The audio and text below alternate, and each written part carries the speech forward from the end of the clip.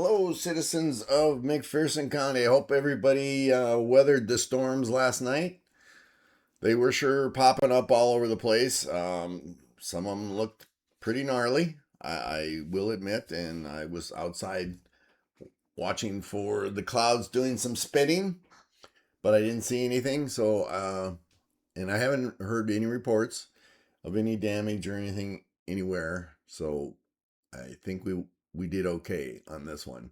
I was asked this morning if I had done a video for the commissioners meeting that was held on July 6th. I had not until now. I had not thought about doing one because the agenda had some stuff in there, but I didn't think it warranted a full-blown video. But after thinking about it, I figured, you know what? We've got something going on today with the Board of Elections and the League of Women Voters in a petition that they've submitted. And so I figured, you know what? I'm going to go ahead and combine these two together. Especially the BOE one is pretty important. And I apologize up front. I'm going to be going back and forth. I've got a lot of documentation sites that I want to show to you just for proof on this video. So bear with me. I'll do my best. I put these notes together really quick this morning. So with the commissioners meeting, two things I want to say about that first before I get into the agenda. Number one is around last Thursday, which would have been July 2nd, I looked on the McPherson County website and I noticed that the meeting was slated for Tuesday the 7th.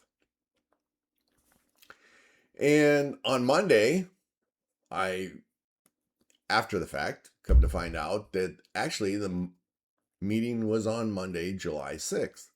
And so I questioned our county auditor as to when the time and date was changed, or the date primarily. And she told me that it was June 17th. Now, people that I've talked to were not aware of this date change. They were, like me, thought that it was going to be on July 7th, on Tuesday, July 7th. But for some reason, it got changed to Monday. I have to be suspect about this change. And now it's going, like I have nothing else to do. Now I'm going to go ahead and monitor more closely these dates for the commissioners meetings. As of right now, July 30th is the next one. So we'll see. The other thing I talked to the auditor, emailed the auditor about, was the quality of our videos.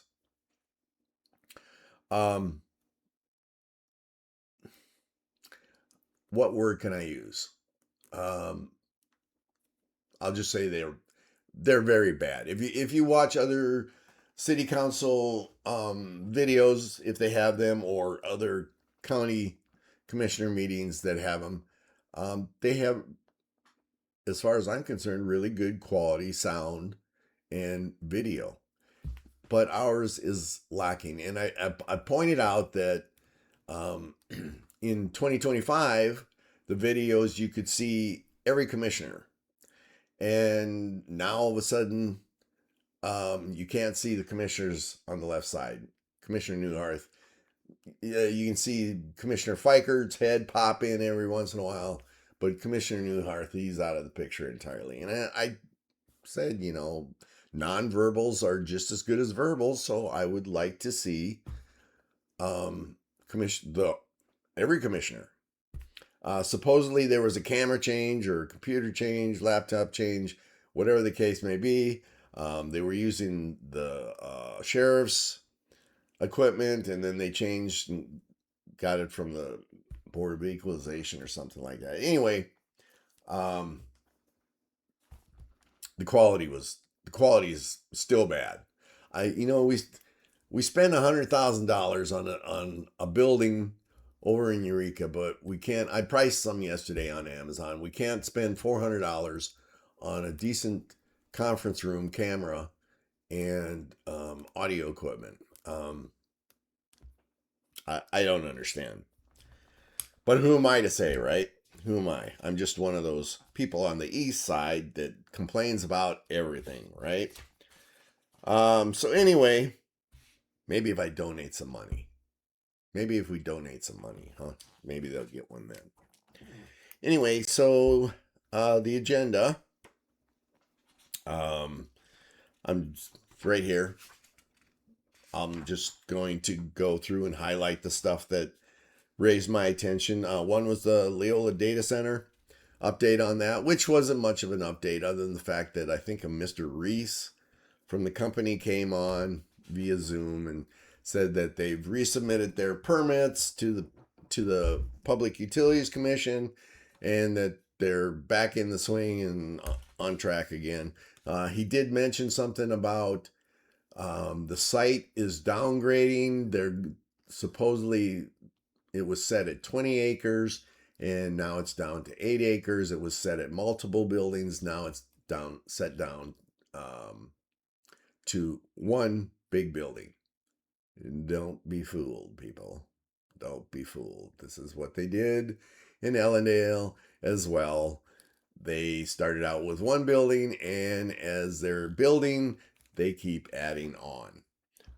So 8 acres, yeah, we'll see if that holds true. I did put on another video that there was discussion during one of the GOP group calls that these AI data centers are now trying to find loopholes in county ordinances where they can just submit their permits as building permits only, and then they don't have to jump through the hoops of anything else. They can just make it real simple. This is a building permit.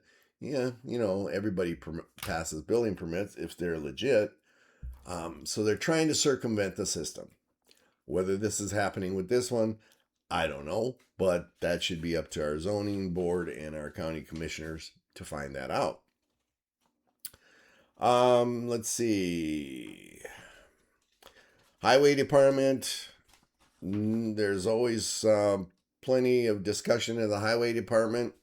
Courthouse maintenance. That's always on the agenda.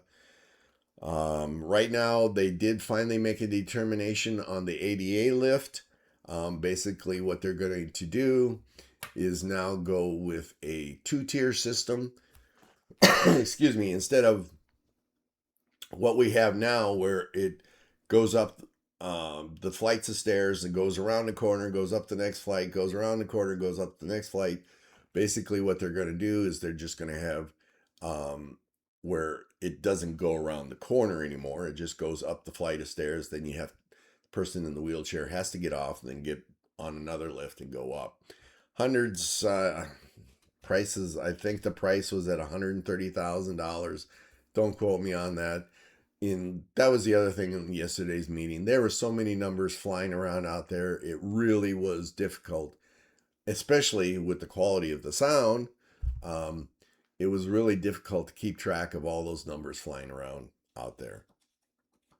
So they're going to spend money. They're moving forward. The next step, move forward in getting the new ADA lift going.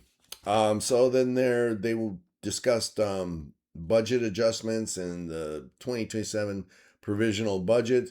In other words, they called in department heads to discuss their budgets, whether they're going to need more money for next year or less. Less would be better, of course, for the taxpayers. I will state two things with the budget. One of them was I believe they're talking about a 2% pay raise for everybody again. Um, it's not mandatory. I'm going to anger some people, especially the people working in the courthouse, but that's okay. I've had my salary based on um, taxpayers' money, and, and when I work for the Forest Service, I'll just point this out real quick. When I work for the Forest Service, the workers that work for me, they would get a little irate when they didn't get um, time off prior to a holiday or something like that. 2 hours, 4 hours, usually the day before the holiday, the president would allow government workers to get off early. And I kept telling them, and they get pissed off if they get a little perturbed because they thought that was their right. They should get that all the time. And I had to remind them many, many times that, you know what? There are taxpayers that are working right now, and what gives you the right to get this time off? It's not guaranteed that you're going to get this time off, and if you don't, then that's just the way it is. And as your supervisor, whether you get it off or not, I can make sure that you don't get it off if I see it that way. Same with pay raises. There's no guarantee, or there should be no guarantee, that you're going to receive a pay raise um, every year. Now, there is federal law and state law that stipulate, but it's still left up to discretion. We've got to keep in mind that um, while these pay raises are good to keep up with the rate of inflation for our employees, you have to also remember, or they have to remember, someone has to remember, that when you give people pay raises, that money's got to come from somewhere, and that's coming from the taxpayers. Taxpayers doling out their money, taxes. Only two sure things in this world: death and taxes. Um, so when you are giving these pay raises, keep in mind that you're asking for more money from the taxpayer. Just throwing that out there. You can agree with me or not. That's that's up to you. There was discussion. Again, these are all provisional. Nothing set in stone. They're just tossing it around. Eventually, they're going to come up. They're going to have a permanent vote on it in upcoming meetings. And then there was discussion about implementing a county road and bridge capital improvement levy. So basically, what this is, and again, don't quote me on any of this because the numbers were flying left and right. Basically, what it is they need the county is wanting some money because they need some money and they don't want to cut anywhere else, and so they're going to raise our property taxes.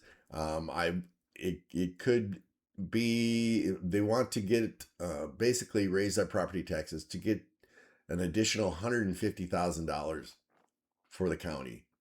For that to happen, I believe you're gonna see an increase of anywhere from $16 to probably $60 a year. I know, for some of those out there, that's not that much. But one of the commissioners, I believe it was Neil, that brought up, $16 with people on limited budgets can mean everything, because this is something they're going to have to budget for now.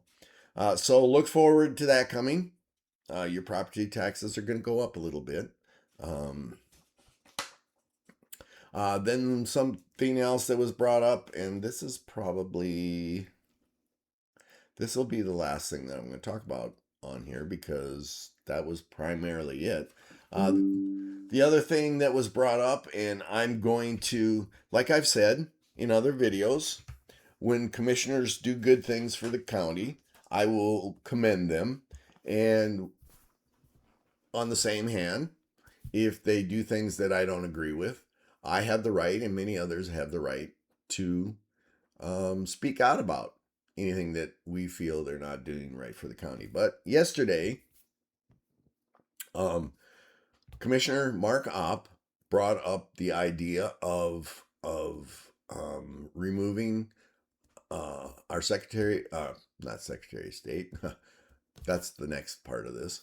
Our state's attorney's secretary. I believe she's making $12,500 a year, and they want to remove that position. So I am going to commend Commissioner Opp on bringing that up. That is a very courageous move on his part, because I know he's going to receive some flack for that from folks on the west side of the tracks. And then our Commissioner Newharth, Commissioner Newharth, just he's on the fence all the time. I agree with doing this, but I think at the same time, and I'm paraphrasing, I think at the same time we should compensate the state's attorney's salary by at least $6,000. Really? Let me remind Commissioner Newharth that according to state law, our part-time state's attorney is already making approximately $30,000 more a year than state law allows, or state law tells the county that they have to pay. State law tells the county commissioners that for the size of the county of McPherson County, we are only required to pay a part-time state's attorney just a smidgen over $34,000 per year. Doesn't say anything about having a secretary. It does mention about that the state's attorney can have another office outside of the county seat, and that we would provide them with some essentials as well as mileage. But that's it. That's all. So I think the state's attorney is doing pretty good. And I think the state's attorney, if the state's attorney wants us to have a secretary, then the state's attorney should pay for it out of that $62,500, I believe, that the county is paying him every year. So again, I commend Commissioner Mark Opp for bringing this forward. We had Commissioner Mardian and I believe Commissioner Feigert that agreed to it, that voted yes to it. And of course, Neil and Jeff said, no, we want your money. So that's what transpired, what I got out of it, the commissioners meeting on July 6th, which should have been July 7th. So today, and this is where I'm going to be bouncing you around on my computer here with different websites. So today there is, let me see if I can bring this up to you, South Dakota Secretary of State. There is a petition that was submitted by the League of Women Voters to our Board of Elections. They're not happy. The League of Women Voters is not happy with SB 175 that was signed into law by the governor. Now, if you go to their website, first, before I go any further, let me say that the League of Women Voters is a 501c3 organization. And I'm not comparing them to other 501c3 organizations. But what I do want to point out is they can sugarcoat their websites, and they can make their their websites and their 501c3. They claim that a lot. We're a nonprofit 501c3 organization. They will try to ram that down your throat. Be careful. Be careful when you want to contribute to an organization like that, because, for example, and again, I'm not comparing them, but for example, I don't know, have you heard of the Southern Poverty Law Center, SPLC? Okay. Well, they were a 501c3 organization, and they claimed to that they advocated for this and wanted everyone to believe that they were an organization that cared about the people, kind of like a spinoff of the ACLU. Well, anyway, if you've not heard, they just recently got busted by the DOJ. They were an organization basically that were doing things against the law, and they were actually, in reality, most people saw through this, but there's folks out there, of course, that didn't. They were actually what a KKK or Aryan race organization, and they were pushing as much as they possibly could for division in this country. So, again, I'm not comparing the LWV to the Southern Poverty Law Center. I'm just saying be careful of the 501c3s organizations that are out there. They're not always what they want you to think they are. So again, the League of Women Voters have a standard website. Let me bring that up for you. I'll show that to you. Okay, it's right there. Nothing special. You can tool around the website, and yeah, it's pretty standard. There is an email there. You can, if you want to send them. They're not even on X, Facebook, standard sites. Okay.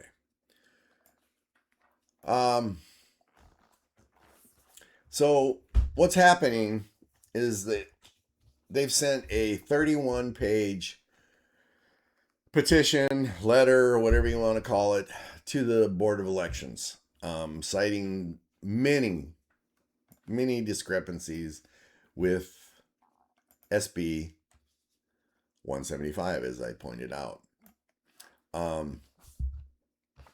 And SB 175, let me show you SB 175 so that you're familiar with that. Okay. This is SB 175 that was passed this year. And it says in there, this is primarily what it says: an act to require that an individual provide proof of citizenship when registering to vote using the voter registration form prescribed by the State Board of Elections. Okay, that's pretty straightforward. And it says in here, under Section 3, the individual South Dakota driver's license. Wait, let me go up here. Any individual applying to register as a voter shall provide documentation along with the application to demonstrate that the individual is a United States citizen. Duh. Do we want anybody other than U.S. citizens or South Dakota citizens voting in our federal or state elections? I think not. The individual shall present the individual South Dakota driver's license or non-driver identification card, provided that the license or identification card was issued after July 1, 2025, and indicates that the individual has provided sufficient documentation to demonstrate that the individual is a United States citizen.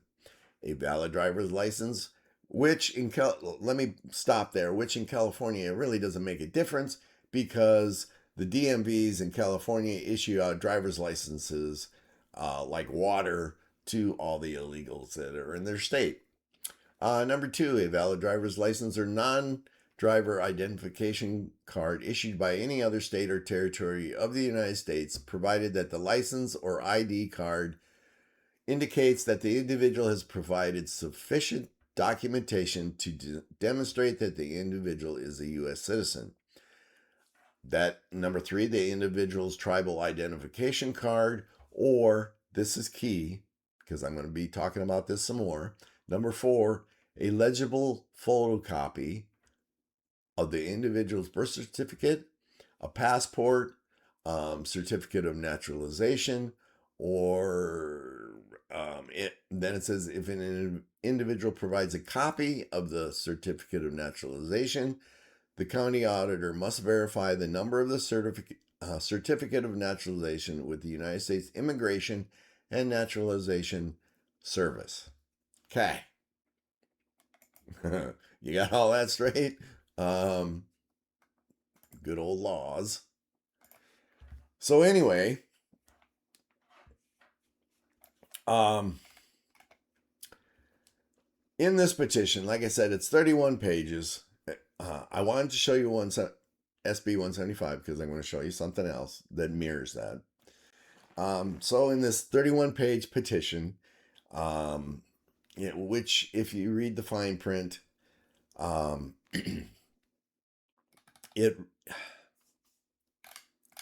it's a lot of legal jargon. It's a lot of what I call unnecessary lawfare or legal jargon, and I think, again, in my opinion, I think that a lot of times this is done is to confuse people, to throw stuff out there, or add stuff into whatever it is they're wanting to present, and just add little bits and pieces in there. You know, when you read an agreement term for a credit card or anything, do you read the whole thing? I don't know about you, but I'm not going to sit there and read the whole thing. Now, I'm taking a risk by not reading it because they could put something in there saying that we as this company, if you don't make payment, we're going to come and take your house, and you probably have agreed to that. So that's what I think they do in a lot of this stuff, especially like this petition, is they toss stuff in there hoping that somebody's not going to read the whole 31 pages, and then they agree to it, and then they can come back and say, well, you know what, look, see what's in there, you agreed to this,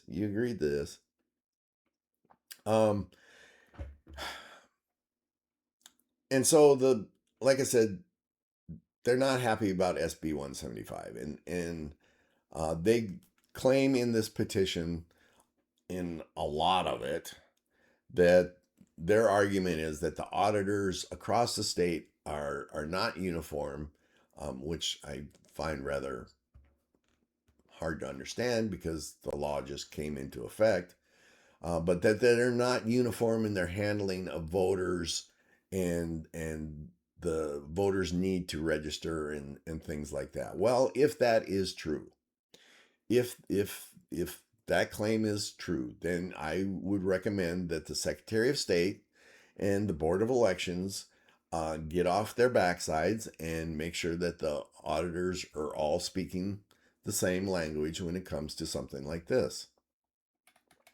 And then they also they reference South Dakota Law 12-4-1.4. Often, again, this petition, it's 31 pages. If you read through it and get rid of all the legal jargon, you could probably cut it down to 2 pages. But they reference this other law, and so I'm going to show you that. And this is SDCL. Let's see if I can make it bigger for you. This is SDCL 12-4, and then they reference point 4, demonstration of citizenship, list of documentation, verification of naturalization. So if you go into that and you look at this, now I just showed you SB 175 and what SB 175 says. And so if you go into this one, it's the exact same thing as SB 75. So my question is, what is their beef with 175 if they're referencing this? Well, remember I said there's sometimes they put stuff in there into their petitions or their documentation that they don't want people to read, and they try to get away with it. So if you go, and I'm going to show you two examples, and I'm only going to show you two examples because I am not going to bore you with going through the whole 31 pages. With these two examples, you should get my point. So let me bring up the two examples. Okay, and I will, so this is, let's see here. This is section 2, photocopies of DPOC must be accepted. And so let me go down to what I found. Okay, so if you remember in SB 175 and 12-4.4, it says what documentation you have to have. Excuse me. And it says that driver's licenses and tribal identification cards and any other state IDs, you have to bring the original documentation. If you want to have a passport, bring your passport, naturalization papers, things like that, that you can have a photocopy of. Well, on page 4 here, they slipped this little paragraph in that says, to remedy these problems, the board must promulgate, excuse me, rules that clarify that driver's licenses, state identification cards, and tribal identification cards are acceptable in photocopy form. No, that's not what the law says. The law says you have to bring the original documentation. So, prime example, they're trying to slip a Mickey in the drink, so to say. And let me see here. Then I want to take you to another example, and this is under item 3. No, I'm sorry, item 4. No, I'm sorry again, item 5. Page 8 of the petition. Federal voters must be provided with an opportunity to cast a provisional ballot. Okay, if you're not aware of what a provisional ballot is, I've mentioned this before in another video, but you come in to vote and you go up to the fine ladies that are sitting there to help you get your ballot, and your name isn't in the register. Your name isn't on the voter roll. Your name doesn't exist. That doesn't mean that you can't vote. It just means that either you didn't register properly or somebody screwed up and you didn't make the list. You can still vote using a provisional ballot. You have to still show your ID to prove that you're a citizen of South Dakota, but you can vote via provisional ballot. Okay, so it says here, lack of process by which federal voters can provide DPOC after the voter registration deadline or vote by a provisional ballot runs afoul of the Help America Vote HAVA, which is another subject, but I'm not going to talk about that right now.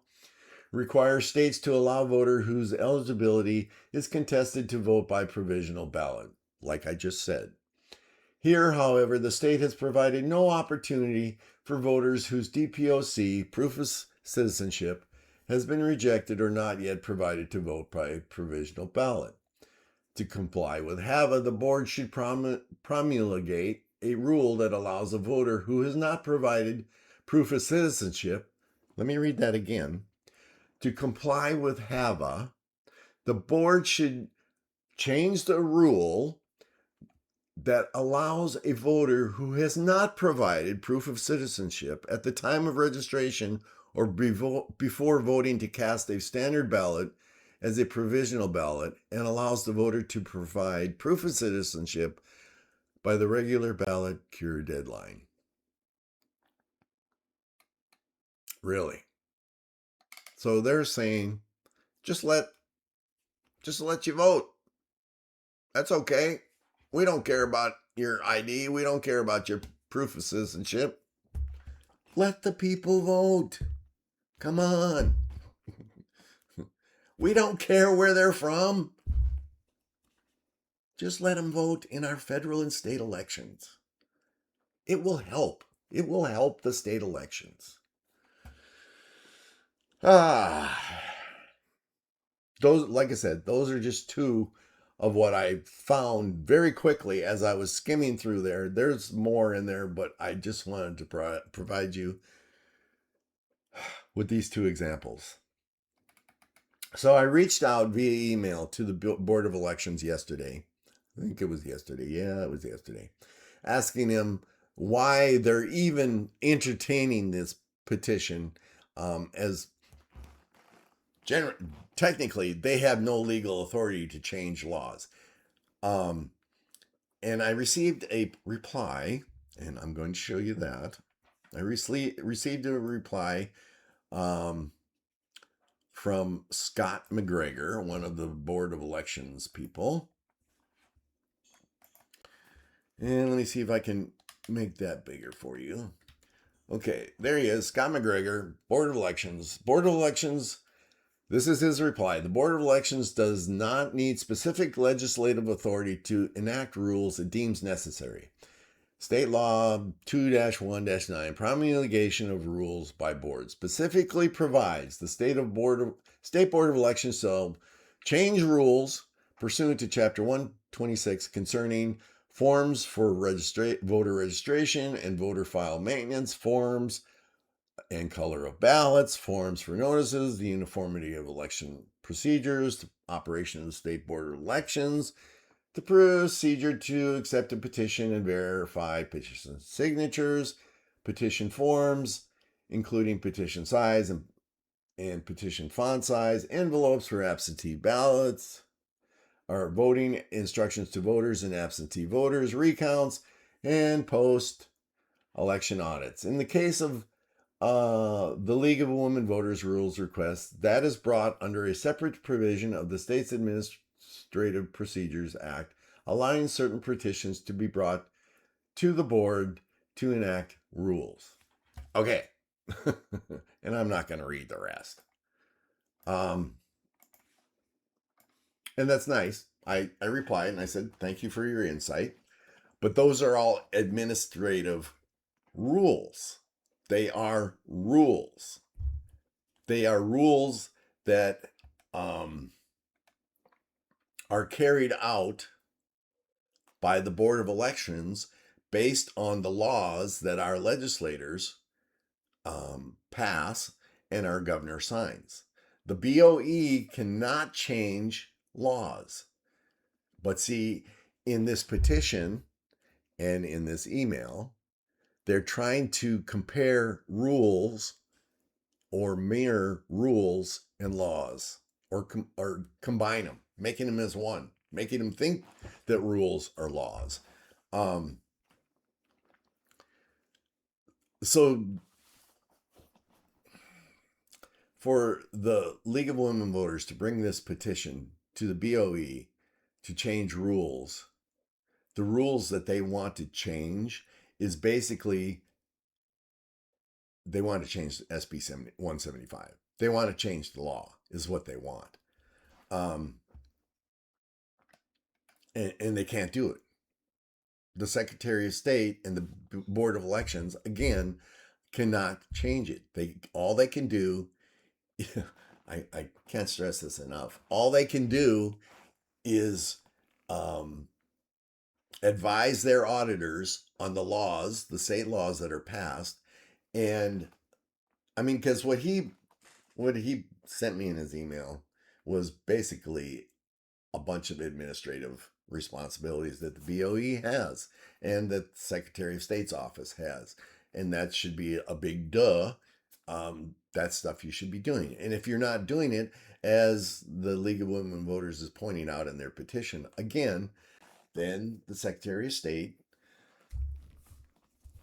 needs to get her act together and make sure that the auditors are doing their jobs the way they should be according to state law. Did I lose you somewhere on this? I really question the sincerity of this organization. I really do. When they try, or any organization that tries things like this, but this one in particular, they say that they're for women's rights, and in this case, voting rights, women's voting rights. But at the same time, by the two examples that I pointed out, at the same time, they're trying to circumvent, in my opinion, they're trying to circumvent state law by making rule changes. That, to me, is not very sincere to the women voters. If they are allowed,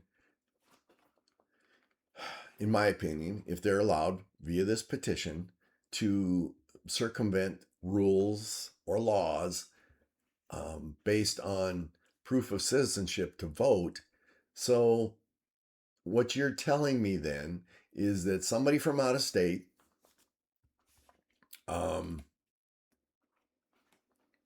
can come in to the state and vote, or some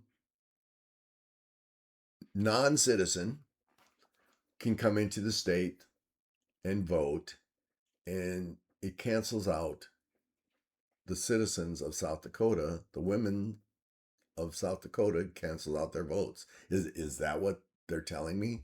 Is that how they're so concerned about the voting rights for women, but yet they go and pull stuff like this?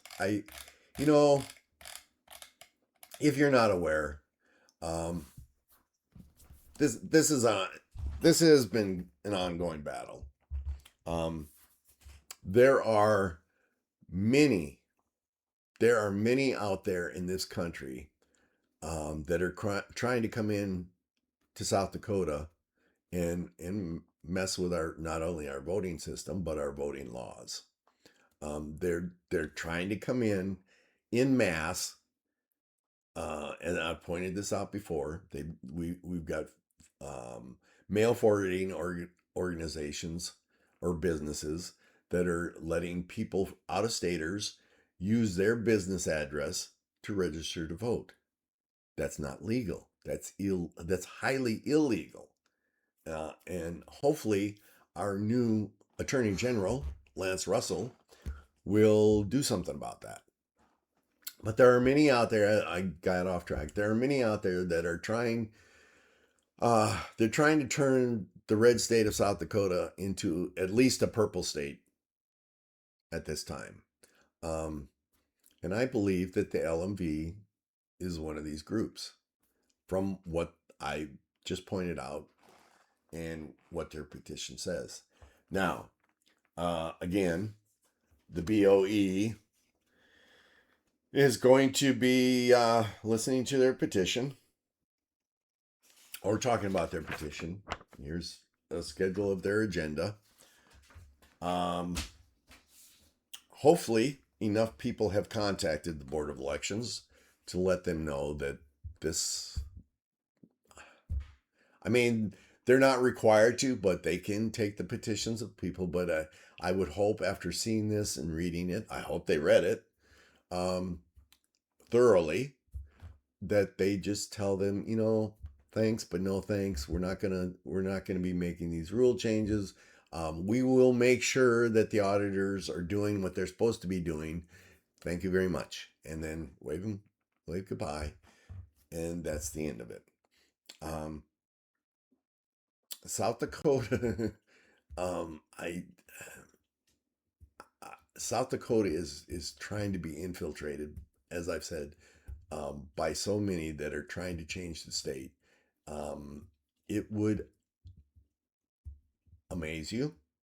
It would shock you, possibly, um, of what's going on or what's trying to be done. Anyway, I'm going to stop there. I hope I didn't lose you anywhere with all this mess that's going on.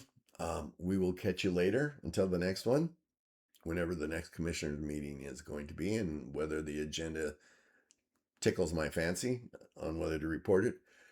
Y'all have a good day, good week, good month. Be careful out there, and we'll catch you later.